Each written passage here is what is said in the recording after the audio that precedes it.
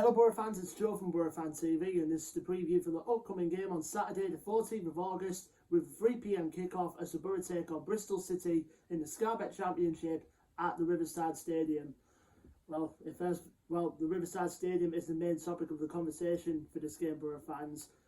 It's going to be an emotional one. For us fans getting to be back inside the Riverside for the first time since February of 2020 when we drew 2-0 with Nottingham Forest. Who knows when then it was the last time we were going to be at the Riverside for some time, bearing exception the 1-0 draw with Bournemouth where 2,000 fans were allowed in. But for most of us, it's going to be an emotional time being back there. For me especially, and honestly, with regards to my autism and mental health, you miss being somewhat away from it for so long, and just to be back at there, at the second home, so to speak. It's going to be an emotional day. Really is an emotional day for most of us Boro fans, and myself included. And obviously, last game, we go back to the sour note of obviously us crashing out of the Carabao Cup at the early stages once again, this time at the hands of Blackpool by 3-0. We made wholesale changes, we included some youth and a few debutants, Martin Piero, Lee Peltier being a couple of them. And from the looks of the game, I think we pretty much all can tell we weren't that bothered about the cup at all. I think Warnock came out and said himself that he wasn't interested in the cup run, particularly the Carabao Cup. Was just going to focus on the league for the time being and hopefully get some more bodies in before the window shuts in a couple of weeks' time. Blackpool thoroughly deserved to win the game, judging by what I saw on the highlights and the possession they had. The first goal, it took very well. Callum Connolly pounced on him, a shot that Joe Lumley could only parry, and then he just slotted it in to make it 1-0 at half time. And then the last two goals, obviously,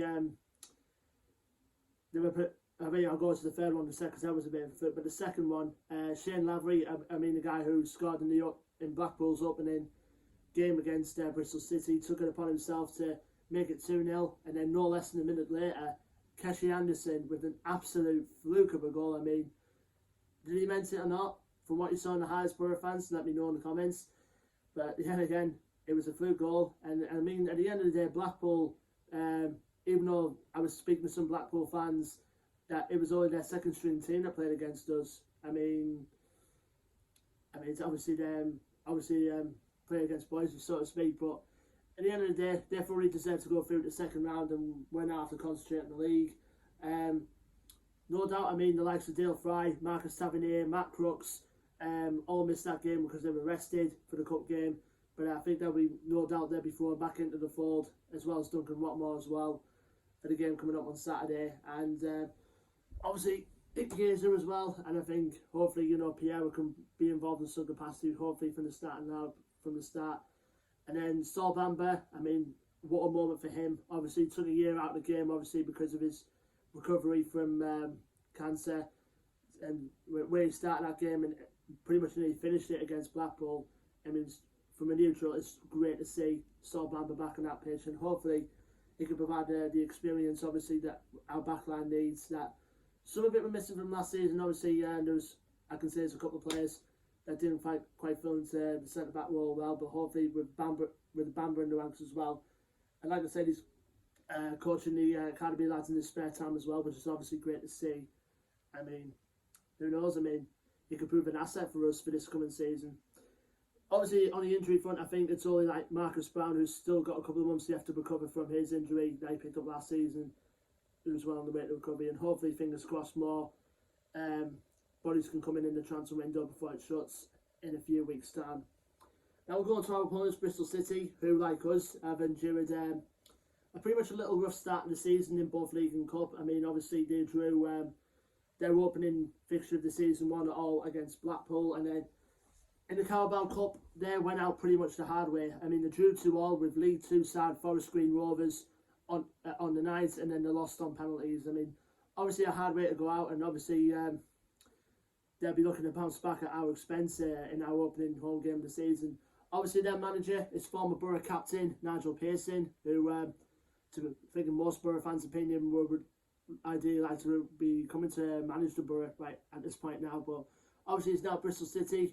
He took over pretty much at a halfway point of last season, and he's got some good players in there in the squad as well who can cause a threat. I mean, obviously, Famara Jeju's not there anymore, but one player you do have to watch out for in particular has got to be Naki Wells, who can cause a threat whoever team he plays for. And you got other players in there as well, like Casey Palmer, Callum O'Dowda, Thomas Callas, former Boro player, of course, Nathan Baker, Rob Atkinson, who they brought in from Oxford, Daniel Bentley, in my opinion, one of the best goalkeepers in the league. And you got other players in there as well. Trying to think of us. You got the holding midfield lineup, but the experienced midfield lineup, both Andy King and Matty James as well. So they're always a tough start to crack, Bristol City. I can say, they've been one of our bogey sides throughout the last few years, and hopefully, come Saturday, it'll make a tight but pretty interesting game at the same time as well. Now, obviously, last time we played Bristol City, of course, it was at the Riverside, and it was certainly one to forget for us Boro fans. The 3-1 defeat that Bristol City have inflicted on us, starting up, particularly in the first half, where pretty much fell apart straight away. Famara Jeju getting 2 and Naki Wells getting 1 gave Bristol City the 3-0 lead at half time before Boro pulled one back very late on through Dale Fry. So, like I said, Bristol City have been our bogey side over the years, and we found them pretty hard to beat at times, even though we did beat them at Ashton Gate last season in the reverse fixture with George Savile's goal. So it has to make us for a pretty tight game. But obviously, like I say, us fans being back at the Riverside, it's going to be one big day. I think from what I can heard as well, that there's about 7,000 tickets left. Well, pretty close to under that now. So everybody just get to the Riverside, be part of the crowd again, and hopefully, with us being the 12th man, can lead Boro to their first victory of the season. Hopefully, on Saturday, with us fans in attendance, of course.